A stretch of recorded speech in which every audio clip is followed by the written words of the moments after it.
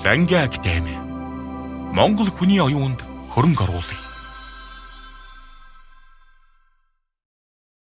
За сайн байцгаана уу? За AI-ыг ашиглахдаа аюулгүй байдлаа хэрхэн хангах вэ гэж байна.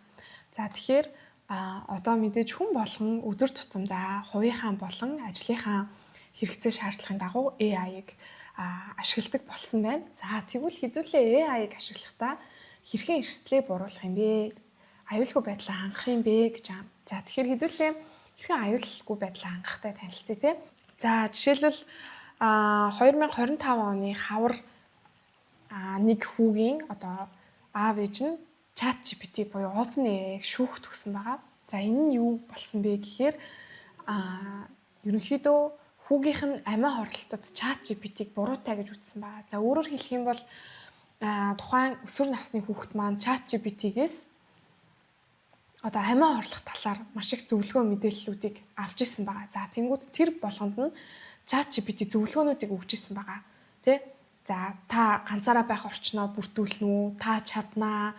Ингэснээрээ та амиа хорлох боломжтой. Амьсгааг ийм хугацаанд төвчгэд ингэж өгөх боломжтой гэх мэтчлэн зөвлөгөөнүүдийг өгч ирсэн байгаа.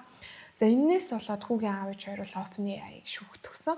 За тэгэхээр хэдүүлээ AI-ыг ашиглахдаа аюулгүй байдлаа хангахын тулд сүрэг тестийг хийх нь байна. AI-ийнхаа хамрах хүрээ, тэ үүргийг маш сайн нарийн төлөвлөж зааж өгөх хэрэгтэй байх нэ.